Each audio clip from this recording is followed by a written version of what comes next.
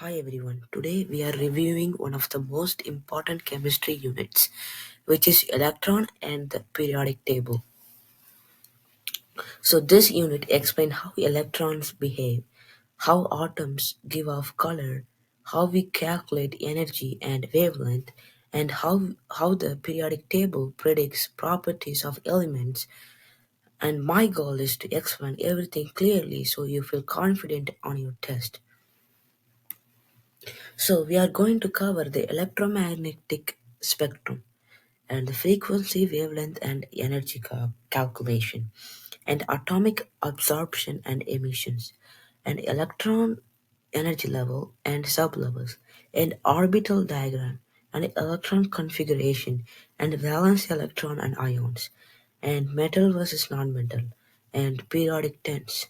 So let's begin with the electromagnetic spectrum. So the electromagnetic spectrum organizes all forms of light by wavelength, frequency, and energy. The key ideas to remember is the long wavelength, which is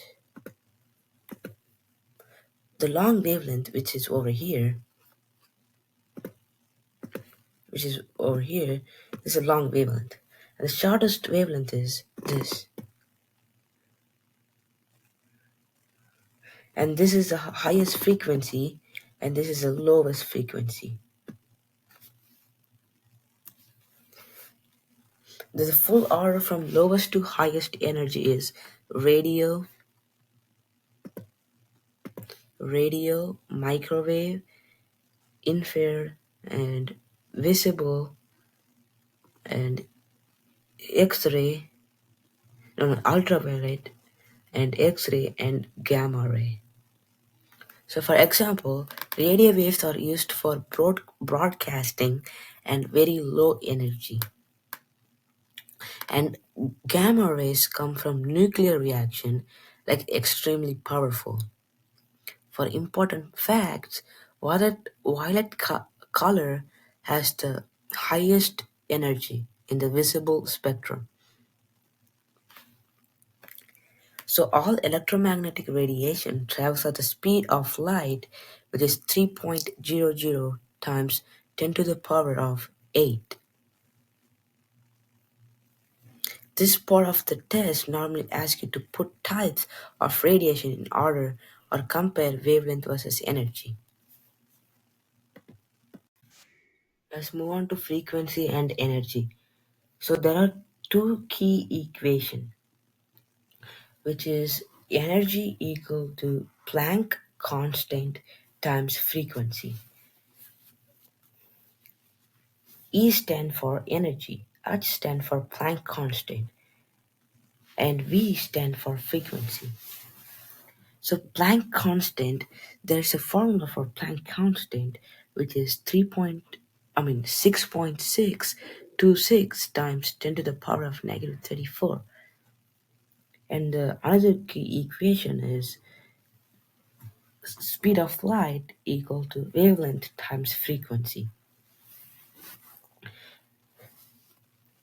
See, the formula for speed of light is 3.00 times 10 to the power of 8. It's over here. So if you know frequency, you can find energy. If you know wavelength, you can find frequency. Then energy. Example, if frequency is 5.0 times 10 to the power of 14, and we have to find the energy, so the frequency is given, so we have to find the energy. So we know the formula for Planck constant, which is per here, and we know the frequency which is given, so we have to multiply by this equation, which is E equal to hv. So we have to multiply, and you get the answer of this. So with this information we have to find wavelength. So for wavelength we have to isolate the wavelength symbol. So you have to C divided by V equal to the wavelength. So we know the formula for the speed of light, which is over here, and we know the frequency. So we have to divide the speed of light by the frequency, and the answer is this.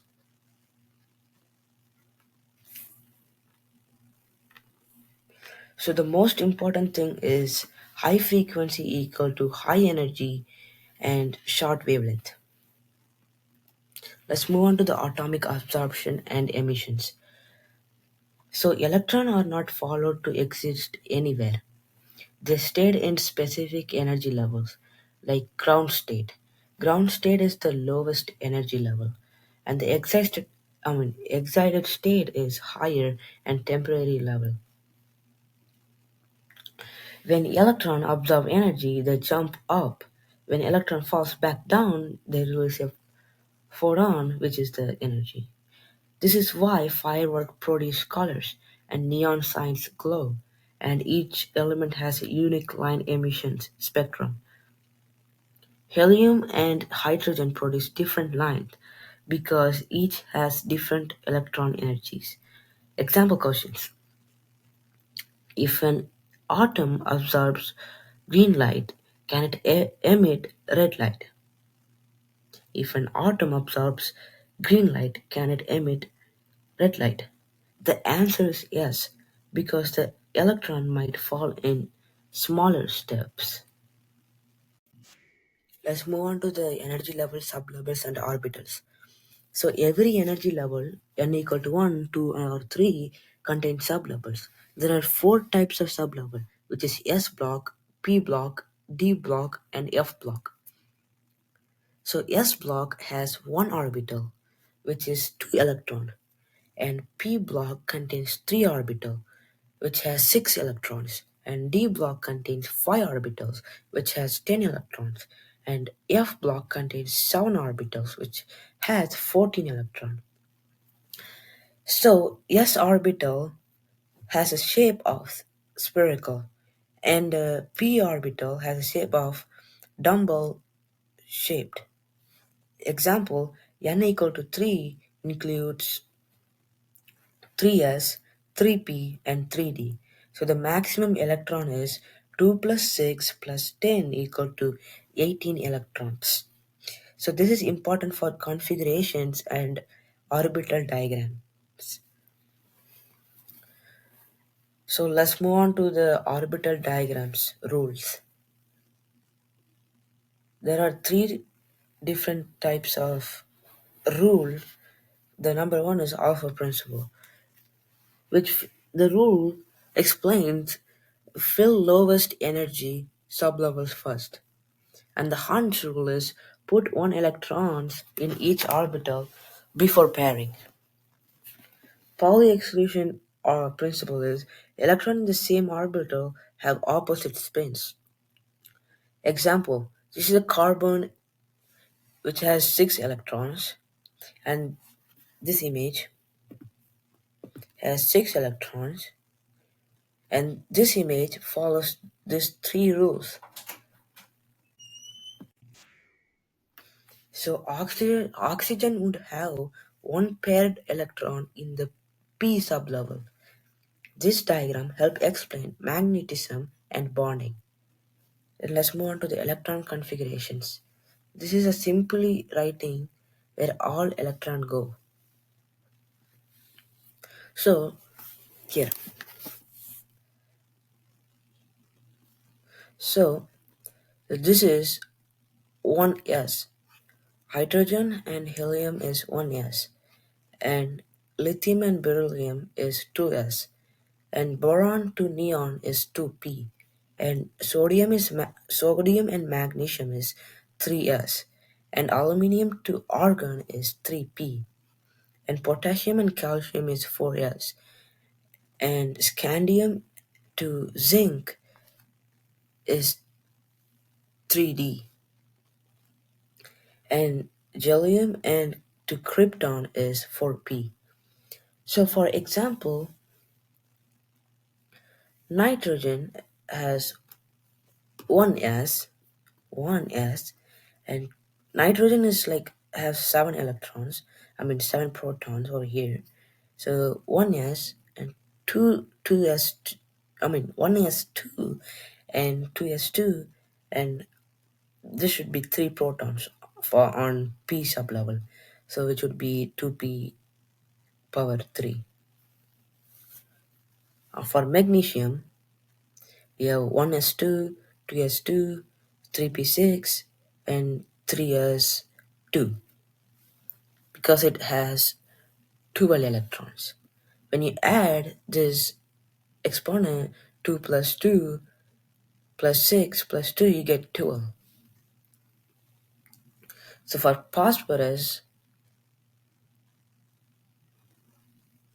you have 2 plus 2 plus 6, which is 10, and 15. 15 is the proton for phosphorus, which is over here. So 1s2, 2s2, and 3p6. And p sublevels contains 6 electrons, and 3s2 and 3p3. So for no, if you want to do the noble gas shortcuts, you could use if it is like chlorine, which is over here, you have to it want to be noble gas. So noble gas is like this one, helium to radon. This is the noble gas. So chlorine is here. So chlorine has to be to in neon because it want to be before the noble gas. So chlorine want to be in neon. So neon has 3s2 and 3p5.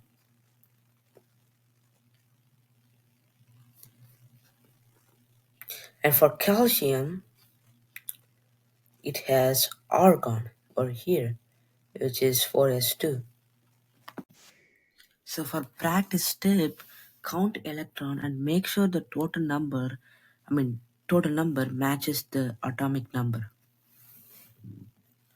Valence electron and ionic charge. So for valence electron in the highest energy level, highest N. Example, boron has 3 valence electron. Let me.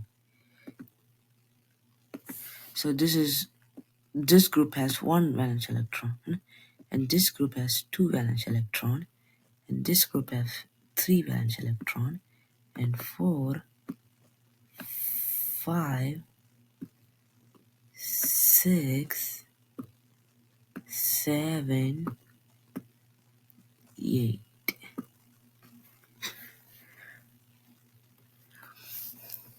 So these are the valence electron by groups. So hydrogen to francium has 1 valence electron, and beryllium to radium has 2 valence electron, and boron to nihonium has 3 valence electron, and carbon to this has 4 valence electron, and nitrogen to this has 5 valence electron, and oxygen to this has 6 valence electron, and fluorine to I mean nitrogen to this has 6 valence electron, oxygen to this has 7 valence electron, fluorine to this has 8 valence electron. So boron has 3 valence electron, which is over here. And when you look at sulfur, which is 7 valence electron over here. So ions, so atom gain or lose electron to become stable. So metal lose electrons. So positive cations. Example, lithium to lithium plus. Nonmetals gain electrons. Negative ions. Example, oxygen to oxygen negative 2. Negative 2 charge.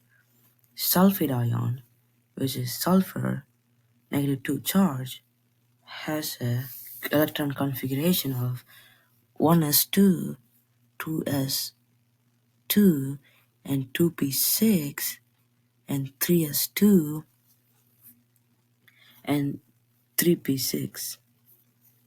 Because when you're doing sulfur, -2 charge, it has to be +2 charge. It want to be in opposite. So you have been adding +2 electron. So going by 3p6 instead of 3p4. So this is important because ions behave differently than neutral atoms. So metals are in the left side and not metals are in right side. So this all of them are the non I mean metals. And this is which is shaded green is a non-metal, and this is metalloid, which is indigo color, and this is noble gas. Hydrogen is non-metal. So metals are shiny, conductive, and form positive ions. Non-metals are in right side, which is dull insulators and form negative ions. Metalloid are like a staircase, which is right here, has a property of both.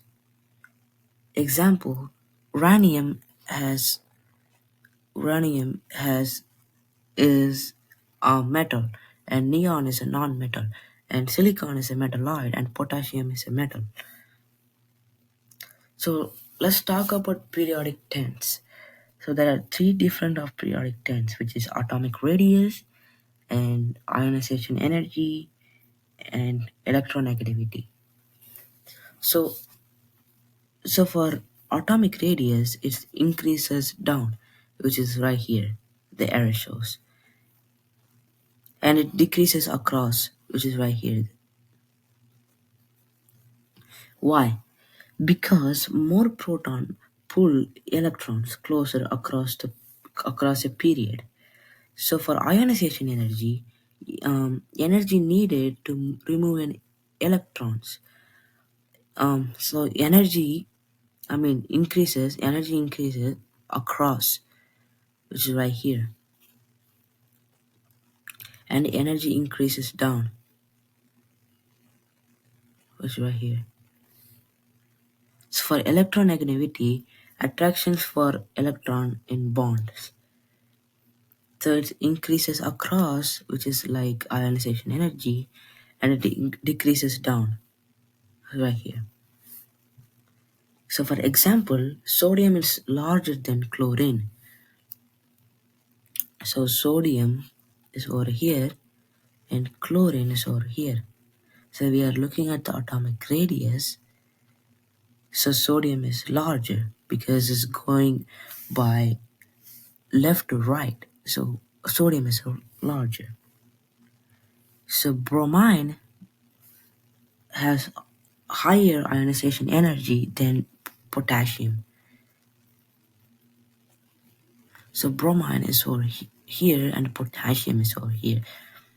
So it's going by left to right. So bromine has higher ionization energy than potassium. So oxygen is more electronegative than selenium. So it's going by down to up. So oxygen is more electronegativity. So these trends help you predict bonding, ion formation, and element behavior. So today we covered all the major ideas in Unit 3, which is electromagnetic spectrum, light calculation, absorption and emissions, orbital and sublevels, orbital diagrams, electron configuration, valence electrons and charges, metals, nonmetal and metalloids, and periodic trends. So this concept connect together to explain how electrons behave and why the periodic table looks the way it does, and review your equation, your trends, and your configuration, and you'll be fully ready for your test. Thank you so much.